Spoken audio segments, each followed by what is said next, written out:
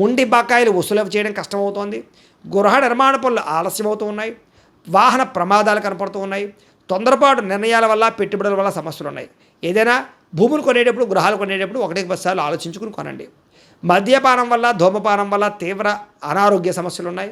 IT రంగాల వారికి ఇబ్బందులు కనపడుతున్నాయి. కాంట్రాక్ట్ రంగాల వారికి కూడా స్వల్ప నష్టాలు కనపడుతూ ఉన్నాయి.